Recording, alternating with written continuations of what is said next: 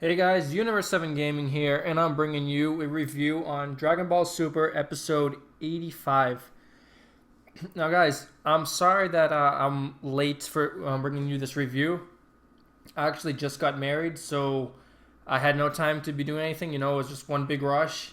Um, yeah, I'm very happy, obviously. Very happy, and I'm going to bring you guys this review right now. So the episode starts off with Goku and Gohan flying together, and Gohan deciding to go find Piccolo so he can retrain him, um, which I thought was cool. When Gohan found Piccolo, Piccolo was meditating already, and he opens his eyes, and Piccolo already knew basically what Gohan wanted. Piccolo's obviously prepared. I love what he says. He says, "You know what? I'm gonna retrain your soft and weak body," which is sucks. It sucks. Gohan was once the strongest guy in Dragon Ball Z as Ultimate Gohan, and now being called weak. Especially since Piccolo was nowhere near his level during the Buu arc, and now it's funny how he needs Piccolo to retrain him. You would have thought maybe Goku training him or Vegeta or something. Maybe not Vegeta because the way Vegeta is, but yeah, maybe at least Goku. Get a little stronger. I don't know exactly to what extent Piccolo can train him, but we'll find out. So I thought, and then so we have Goku. I kind of thought it was weird, because I guess sometimes I don't know, whatever, the creators or the editors, they don't think of these things, but Goku has instant transmission. He doesn't have to fly all the way to Kami's lookout, to meet up with Dende. He could have just used his instant transmission to go to go there in an instant. But I guess if he didn't do that, there would have been no way for him to have that little sparring match with Buu, which I thought was really cool. It's kind of funny how Mr. Satan, Hercule is the one that's training Buu.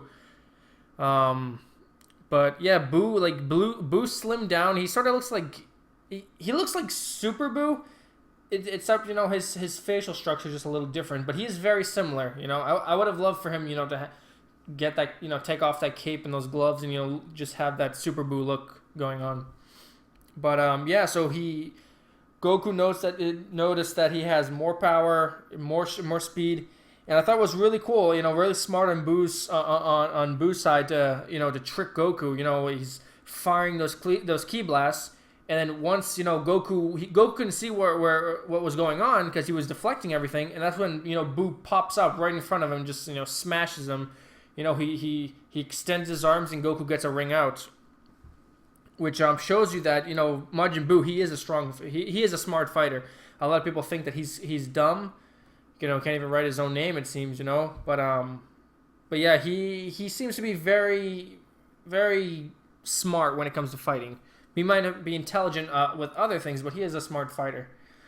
So then then we have this cool little meeting between the Supreme Kais, and Universe 11's Supreme Kai, I believe his name is Kai, tries to gather them all together. Obviously, they left the Supreme Kai out because he's from Universe 7, and they're all against Goku at this point.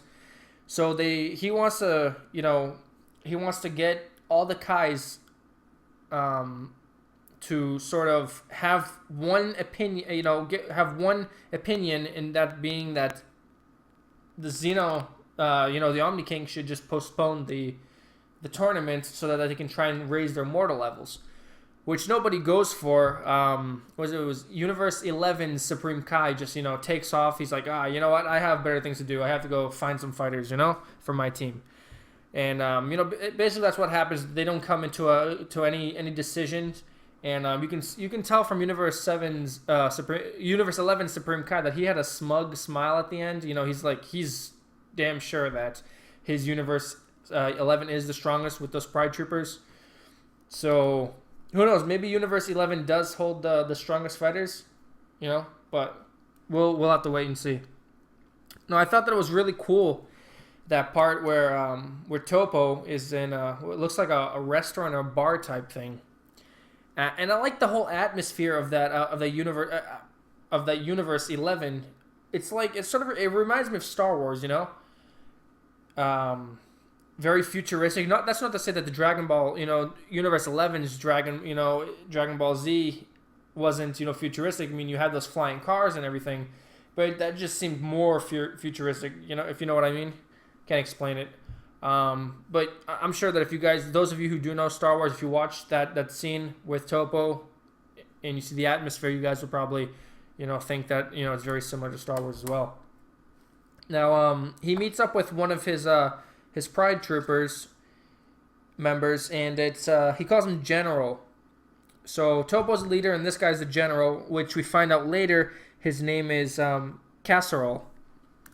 Which he really reminds me of that. You guys know that guy from Street Fighter? Yeah, he looks like that guy from Street Fighter. With that eye right there, he also reminds me of Kano from Mortal Kombat. But so they get an alert, and they see that a monster is wreaking havoc on one of the planets in Universe 11. So they just they hop into the ship and they rush off, and that's where we see. Dispo, I think his name's Dispo. That guy that looks like Beerus that you guys may have seen promotional pictures of.